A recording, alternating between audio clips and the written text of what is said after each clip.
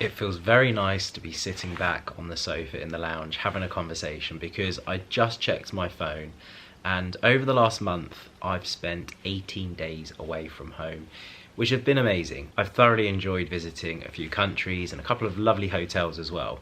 But as you can imagine, I've come home to lots and lots and lots of admin and house chores and things that needed to be done.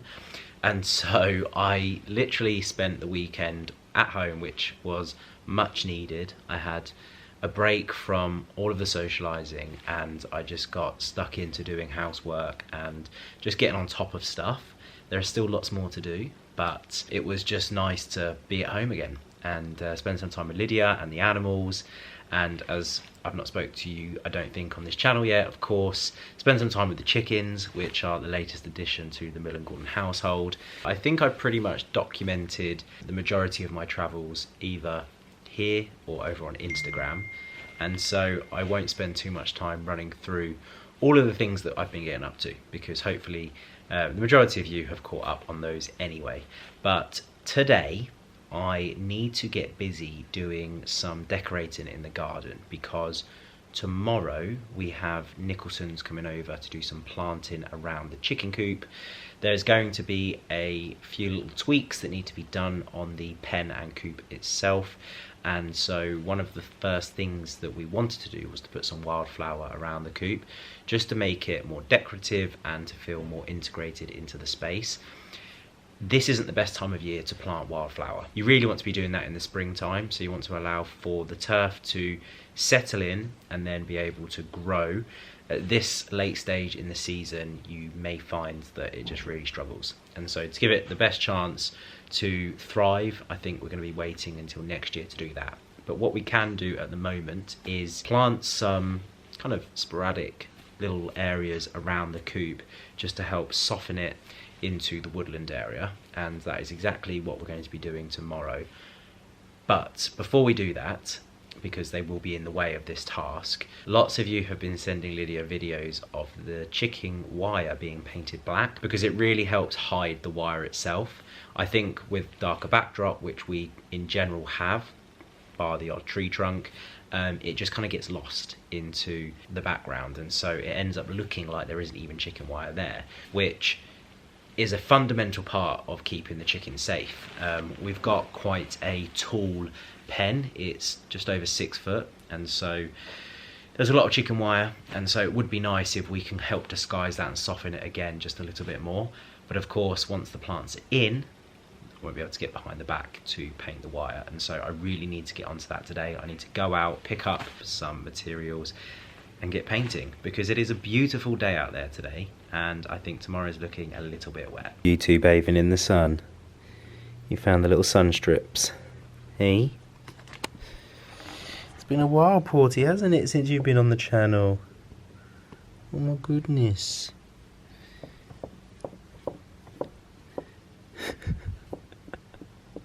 Happy puppy. Happy puppy. Oh, you've had a big walk this morning. Mummy and Daddy did about 10k today, before 10 AM. Happy as Larry. Aren't you, mate? Got that mud on you.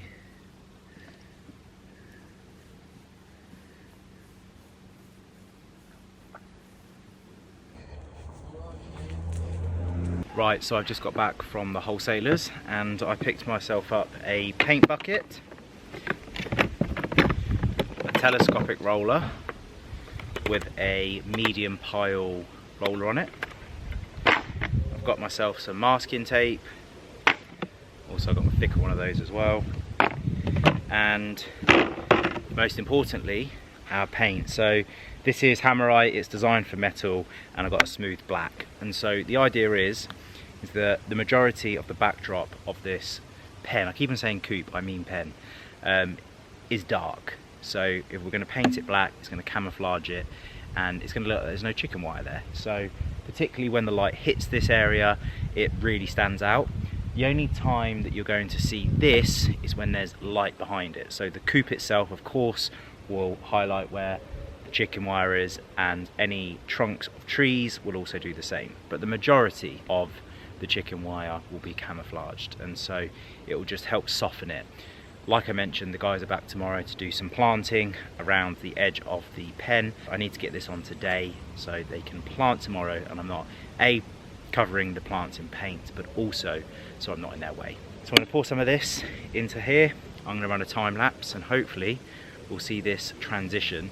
The chickens are currently in the coop, and so we will introduce you to those. I know Lydia already has on her channel, but I'll introduce you to those on this channel after we finish painting, because before we lose the light, not that we're anywhere near that, I don't know how long this is going to take, I thought we'll get this painted, so let's go.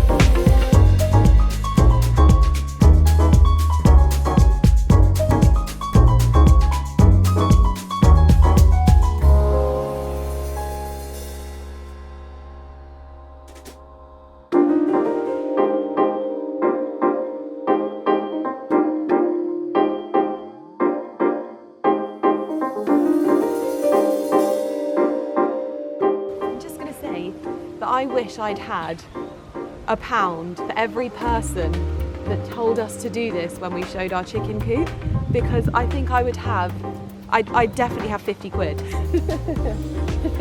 because it was incessant.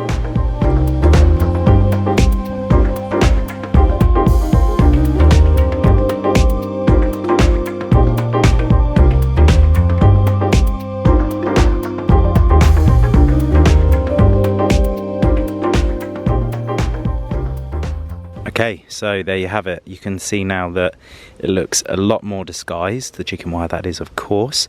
If I was to give one word of advice, it would be, when painting with Hammerite, definitely wear long sleeves and also wear gloves, because I am speckled and at the minute it's very difficult to get off. I've used Swarfiga, which is a great gritty product to wash off harder substances, and it's done a pretty good job, but I've still got half of it on me, so I need to work on that. But yeah, I'm happy. I think that was worth doing. It only took a couple of hours. Pretty tidy. I didn't really need to masking tape after all. There is still a bit of work that needs to be done on the door. We're going to have it cladded just over the top, just to finish off where the chicken wire is actually fixed to.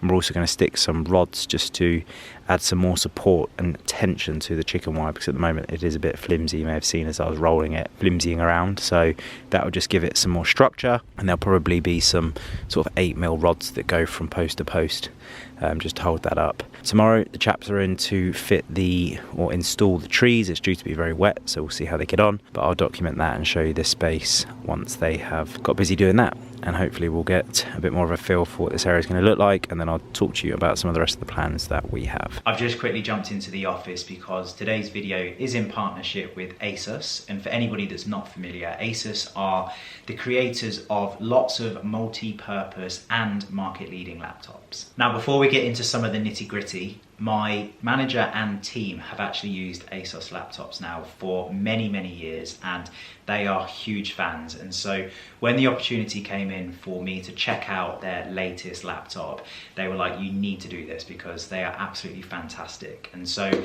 I think it's always really lovely when you get a recommendation from somebody that you trust and you know have used the products for such a long time. Now, as I mentioned, Asus have a wide variety of laptops, but today is all about the Zenbook 14 Flip, which is this laptop right here. We're going to quickly cover some of the technical specs on the laptop, and if you have any knowledge in this department or if you're familiar with any of the lingo, then you'll truly understand how impressive this laptop is. Now, first up, we have the Intel powered Core i7 1360p processor. It was quite a mouthful, but we got there. I am no tech expert, but I did research this, and it basically means that this has got better processing power. So as an example, in my personal use of the laptop, when I'm editing, my software likes to render through each of the files as I'm loading them into my timeline. And so a more high performing processor would mean that the time in which I'm waiting for that action to take place would be shorter, and so therefore I'd be more productive in my workflow. Next up, very important, the depth and the weight of the laptop. So it weighs in at 1.5 kilograms, and the depth of the laptop is 15.9 millimeters. So when traveling, this is so convenient because for me personally, I end up overpacking with my clothes, and that gives me a lot of comfort knowing that I've ensured that I've got my outfit choices whilst we're away. I know now when I go to the airport and I'm checking in and they're weighing my bags that if I'm ever overweight, it will not be down to this laptop. Another factor which is sometimes overlooked unless you've experienced a broken laptop in the past is its durability. Now, this laptop has got military grade durability. This is a pretty solid laptop. Now for one of my favorite qualities of this laptop, it's the 360-degree hinge. I think when I was younger, if I'd have seen this, I'd have been absolutely mesmerized. And I think the reason why this is my favorite function on the laptop is because I feel like you're getting so much more out of the device. You're not just getting a laptop, you're also getting a tablet. And to be able to flick between writing emails to editing content with a pen and back and forth is so convenient for me and the lifestyle that I lead. And I'm sure that many of you would be able to benefit both from flipping between a tablet and laptop style device. And with this, you have it all in one. Now, finally, the feature that I've personally found most impressive, and I think that's because it's exceeded expectations, is the screen quality. Now, there are many reasons that have factored into this being the case, and I'm going to rattle them off now to you. So on this 14-inch screen, we're working with what's called a 100% DCI-P3 Color gamut, which is what's commonly used in digital cinema. The display is HDR True Black, and it's got a 2.8K 90Hz OLED screen. So to summarize what all those numbers mean to me and hopefully most of you, unless you're all super clued up in the tech world, it basically means it's got a really high quality screen. And I say that as somebody that reviews and edits photos and videos on laptops where I'm very conscious of colours, and it's certainly impressed me. If you would like to check out more information on the Zenbook 14 Flip, then make sure, as always, you head to the description box where there'll be a link for you to go and check out and see if this is a laptop for you. So I've just got back from picking up the Defender. We've not actually been with the Defender now for possibly 2 months. It originally went in with a window wiper? Yeah, with a window wiper issue, and it turned out to be the motor. And so they fixed that, and a lot of car manufacturers now, when you take your car in, do a health check on the car, and during the health check there are a few little seals that had some small leaks on, and a couple of other little bits and bobs that they wanted to have upgraded. None of it was particularly urgent, but Lids and I thought, whilst you have the car, do what needs to be done, get the car in as best a condition as you can. And so that is exactly what they did. I then realised that in like 3 or 4 weeks time the MOT was due, so I thought, well, whilst you've got it, if you can MOT it as well, that'd be fantastic. And so they kept hold of the car. I then went away, I wasn't able to go and pick it up. So long story short, I went and picked it up today, and it's driving as good as it ever has. So it's really nice to have that back. Sorry I'm still in my scruffs. I literally got home and I fired up the barbecue for the first time. This is our first barbecue this summer. The weather, as I'm sure many of you will know, hasn't been the best in England, but I think somebody said to me the other day that September could be promising, so don't give up on it yet. I almost got into like my autumnal mode the other day when it was just raining for the whole week, but we could get a late summer, which would be absolutely lovely. And it's actually really fun getting this barbecue fired up for the first time. I'm not doing a full-on barbecue. I'm just going to cook some chicken on it don't let the girls know. And then I'm just going to do some fries and also some asparagus and peppers on the barbecue as well. So just doing a normal dinner, but I'm just practicing getting used to using a coal barbecue, because previously Lids and I have always just used gas, because gas is faster, it's a lot easier to control the temperature. So this is just going to be a little bit of trial and error. I'm sure it'll be easy enough, he says, but so far it seems very straightforward. I have a couple of jobs that I wanted to finish off with the chickens, and one of those is topping up their dust bath. Now, when I got back the other week, Lydia was like, Ali, you need to get out there and make a dust bath for the chickens, they're desperate for it. And so I did a little bit of research and I worked out how to create a dust bath. I made sure that we had everything that we need, and it's actually really lovely because a lot of it comes from the garden or as a byproduct from our lifestyle. So I use the ash from the log burner, or would be able to use it also from the barbecue, and you mix that up with some soil. I'm not sure exactly how to pronounce it, but there's essentially a powder called Demacious soil. It's also an anti-red mite powder. You can mix that up in the dust bath as well. I'm also going around the garden and cutting up some herbs, because herbs have some antibacterial properties in them. Also, it makes the chickens smell lovely. Not that I'm going around smelling the chickens, but I take some lavender, some mint, and I'll have to Google the rest, but some other bits. Chop them up, stick them in, mix it all together, and they absolutely love it. So at the moment we have a champagne bucket, funnily enough, a vintage champagne bucket that I filled up pretty much to the top, not too far off the top, and they've very slowly just been working that down, because of course when they're dusting and bathing themselves in there, they're kicking out the side. So I'm going to give that a little bit of a top up today, and Lydia and I are actually on the hunt for a larger kind of antique bucket that we can use for them to bath themselves in. So at the moment it's kind of like a solo bath. You could possibly get 2 chickens in there, but they're rotating one at a time.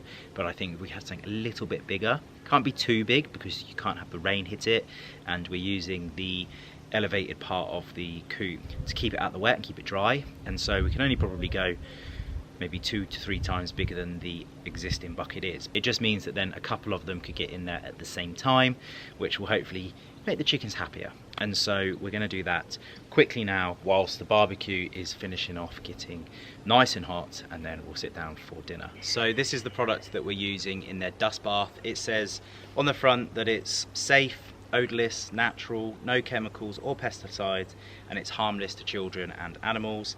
It says that its use is for poultry and livestock, bedding in housing areas, especially in moist areas where mold and fungi or mites crawling insects thrive. And so I'm just sprinkling a small amount of this within their dust bath, so it means that they're coating themselves in it. I've then been saving some of the ash from the bottom of the log burner, which we have here. So this should just about be enough for a top up. If I was going to fill the bath from scratch, I'd probably need a lot more than I have at the moment in here, but they've already got a bath. It's only a week or 2 old, so stick that there. And then I've just looked, so some of the herbs that you can put in are catmint, which we have in the garden, lavender, which we have in the garden, we have mint. There were a couple of other herbs that I wasn't familiar with. I think, let's have a look, sage, thyme, yarrow and borage. It was borage, I'm not sure of, ginger as well, but we're going to be using catnip, mint, lavender. I could put a bit of thyme in there as well. And so I'm going to essentially go around the garden, take some cuttings, mix it all up, and then I'll just mix that in with the dust bath. And I have a little bit of compost in the shed, so I'm going to grab that and mix that in with it as well, and they'll hopefully have a nice fresh bath for the morning.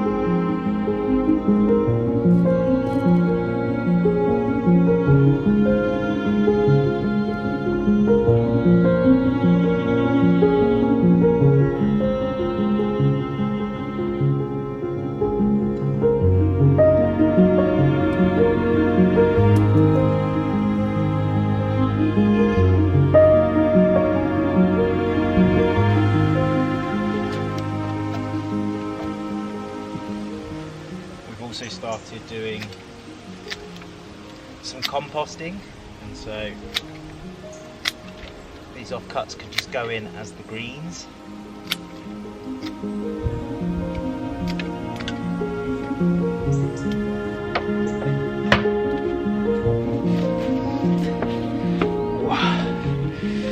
The coop, we have our dust bath, which as you can see is a nice dusty mixture. You can still smell the herbs in there. It actually smells really nice, and the girls just love jumping in here and I guess giving themselves a bit of a clean. And so as you can see, it's a little bit low. I'd filled it up to this sort of area, and so we're going to give it a little bit of a top up. If we spin this a little bit towards me, they have begun to get back into the coop for the evening as sun draws in. We actually have a automatic timer, which you can see on the side here. It's a side door, and then the front door is a manual door. So if there ever is an instance where we haven't been able to get out in the morning or in the evening, there's an automatic system in place anyway. But we thoroughly enjoy coming and letting the girls in and out of the coop. So at the moment, we're always out here morning and night. But anyway, making the dust bath. So I'm going to start off by adding some compost, which you can see here. Nothing special about this compost, it's just some leftover compost from Lydia. So I'm going to fill that up a fair amount. Give that a shake. I'm going to tilt you down a little bit. I'm just going to give that a mix in with the existing stuff that's in there. Okay.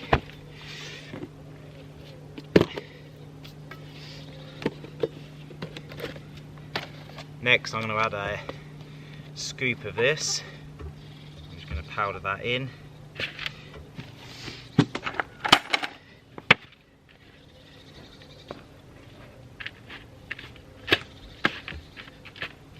I'm going to grab our ash.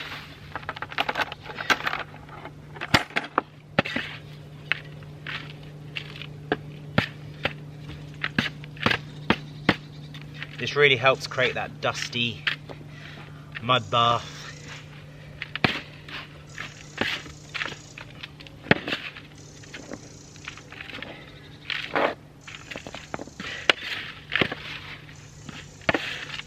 And then here you can see some of the herbs that I picked from the garden, and we're just going to then mix these in to finish off the job.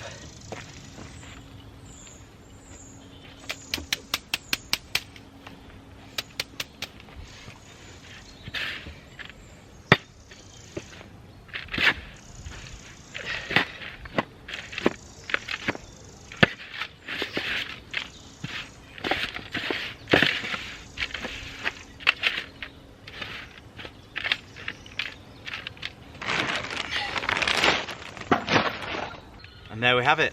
The girls have got a new dust bath. We'll stick this back under the coop.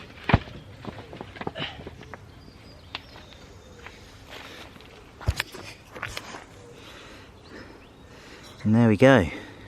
We also do take the poo droppings from inside the coop and use those on the compost, because apparently that's liquid gold, according to Lydia.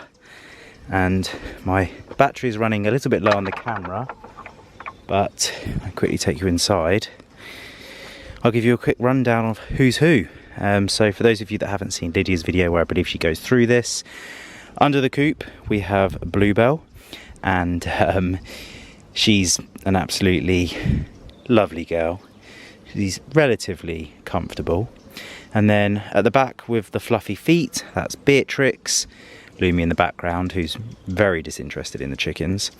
And then to the right we have Jemima. She's the most confident, I'd say also probably the most boisterous of the chickens. And then already in bed we have Gwyneth and Snowdrop. So those two are up here where they seem to spend most of their time in the coop, ready to settle down for the evening. So that's a rundown of the chickens. We have a couple more that will be coming.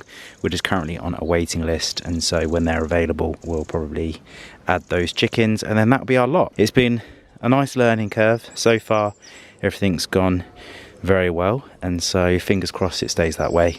And the girls seem to be enjoying Lumi wandering around. She's not normally over here, that's because I'm here. So they seem very interested in her. I think I'm also going to look at trying to add in some kind of bench in here so Lids and I can come and spend a little bit of time in here as well with them, just so they get a little bit more acquainted with us, a bit more comfortable, because at the moment only Jemima and Bluebell allow us to stroke them. Beatrix is a runner. Also, now the paint's dried, it's a little less shiny. You can see we've got that desired effect of having hidden chicken wire, which I'm really happy with. So we'll return tomorrow to see how the chaps get on with the planting around the coop. Right, big green egg time. Look inside. Oh yeah, oh yes. That is looking very good. Happy with that. Currently a little bit too cold, so what we'll do is we'll open up the vents just at the bottom here and at the top, allow more airflow. I want to get this to around about 200. It was actually on 300, and bloody hell that's hot. It was actually on 350 about 10 minutes ago, and so I purposely closed those to cool it, and it's worked very well. So far I'm really impressed, because I feel like I've got a lot more control with this. Having both the vent at the bottom and the top is really handy. You can see that thermostat's just starting to rise up again. So we'll find the bite point, try and hold it at 200, and then we'll get the chicken thighs on. And I'm going to go and put the fries on now, and so we can get cooking. I think this is one of my favourite times of the day, when the evening draws, Lumi seems to think that it's time for her to hunt the dogs, and so she's currently stalking Barkley.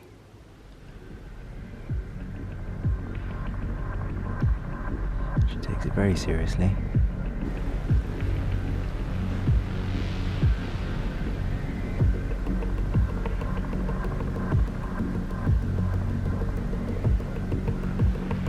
Bless him, he's just there minding his own business, being a wild sausage. There she goes. Slowly, slowly. Stalking him out.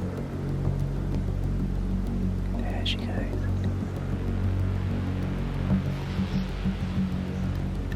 Wee spider.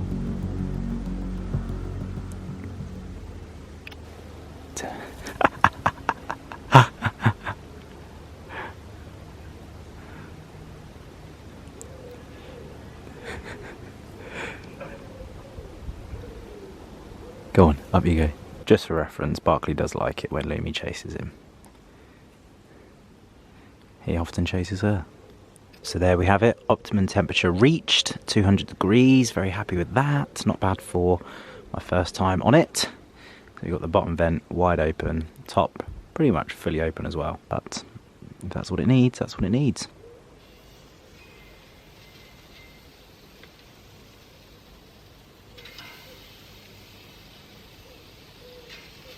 Parcel of asparagus with butter. I'm going to chuck this onto the back. I also have some sweet peppers that I've just cut into large chunks and drizzled a little bit of oil. And there we have it.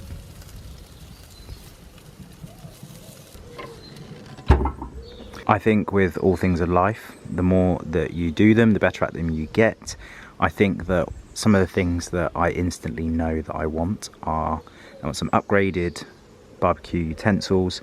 I also need some areas where I can hang stuff. So I want some sort of functional station, whether that's freestanding or whether we work out ways in which we can implement it onto the kitchen unit. I think I already mentioned having a towel rack on the side, which would be very handy. Also potentially something to hang some utensils on, or possibly a freestanding framework to do that with. So I'll chat with Lids. I know that she mentioned having a butcher's block in the middle, which we don't need any more worktop space, but it would be cool if we had a butcher's block which underneath it had some hooks where we could hang loads of utensils and stuff, so it would be then become very functional. So we'll see, but like I said, the more you do it, the better at it you get.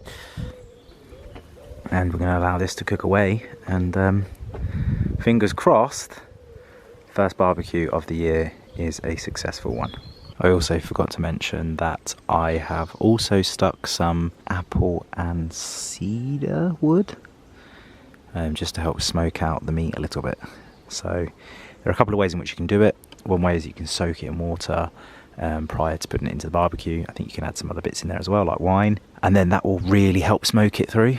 Or you can put a few bits in dry with the coal and you'll have a light smoke, which is what we've done this evening. So again, just trialing things and seeing how things turn out. But it's smoking really well in there and it's cooking at a nice temperature, so very impressed so far. Also, we had about 150 of these plugged after the wild turf went in because I really like the look of them. I can't remember what they're called, but they're these lovely clusters of wildflower, and they've all now come up, and so we have a wildflower bed full of them, which I'm really pleased we did, because I think without them this wouldn't have been as impressive. And so these have really helped give a little bit of extra life into the wildflower section.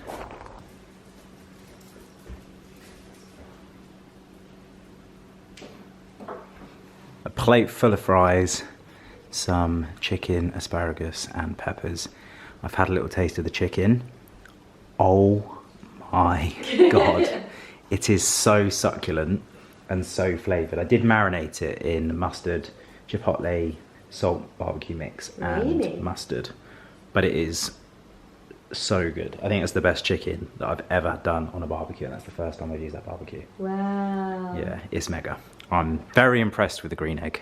I'm going to have to show it on my vlog, but not to duplicate footage, so don't get angry at me, but I feel like I need to commemorate this moment as well. Okay, you do that.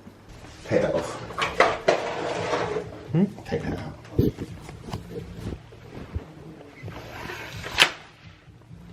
Great, look at this idiot. This is it. Put it back. Look at this idiot. No, look. Watch this. Watch this. Yeah, standard. You're trying to press all the buttons. One-handed. Graham's had a fresh fade as well. That is fresh, isn't it? That's like 1 day old. No, it's a few days. Really?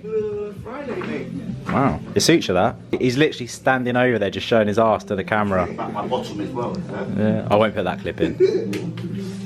I can't put nudity on my account. That won't go down well, mate. Nah.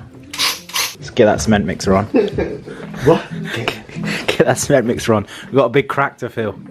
You look. Anyway, it's looking lovely. The guys today, by the way, are in the guest bedroom, and they are currently zinzering the doors and skirtings, which is a product that's going to help the final paint that they use sit and stick.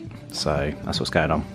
Got the 18 back. Okay, so we started to have the evergreens dropped off today to be installed around the chicken coop. Pen alley. You need to stop calling it a coop.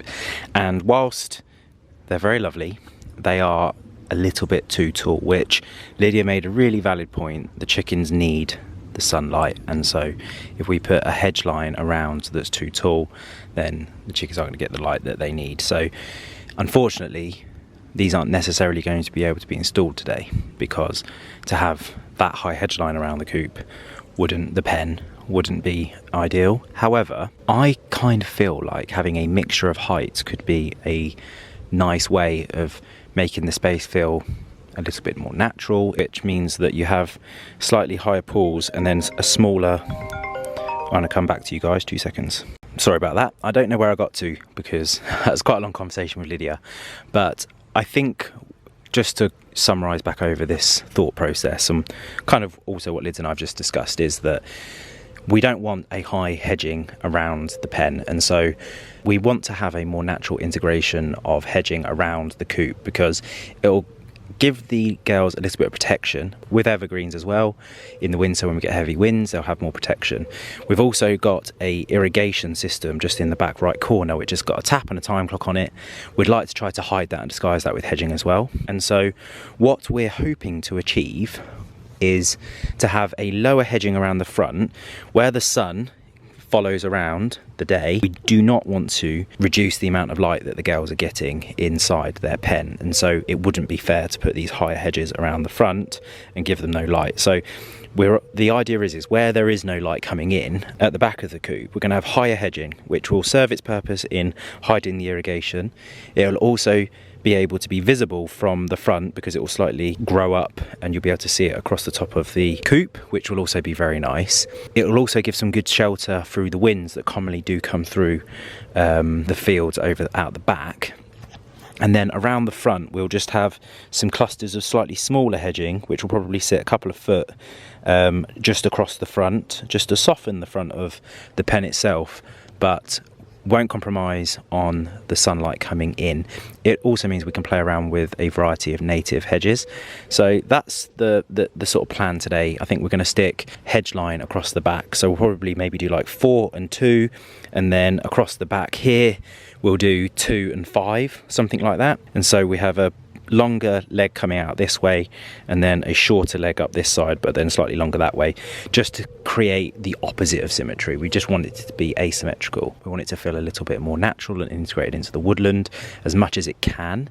And so by having little gaps and different heights of hedging will help give this hopefully a slightly more natural feel. So clusters, different heights, but strategically placing those heights to not compromise and actually improve the pen that the girls are in. So that's where we're at with a coupe. It's been a little bit of a challenge coming up with this concept today, but I think we've got there, especially when Lids is out of the office. It's also very difficult because she's busy in meetings and stuff, but we're there now.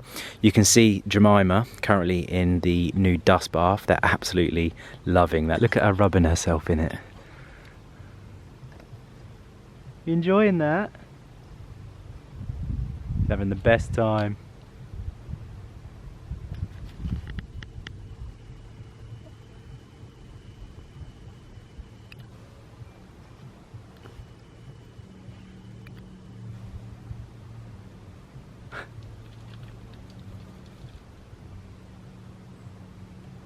If you spin yourself 90 degrees, you'll have more space. You need to go lengthways.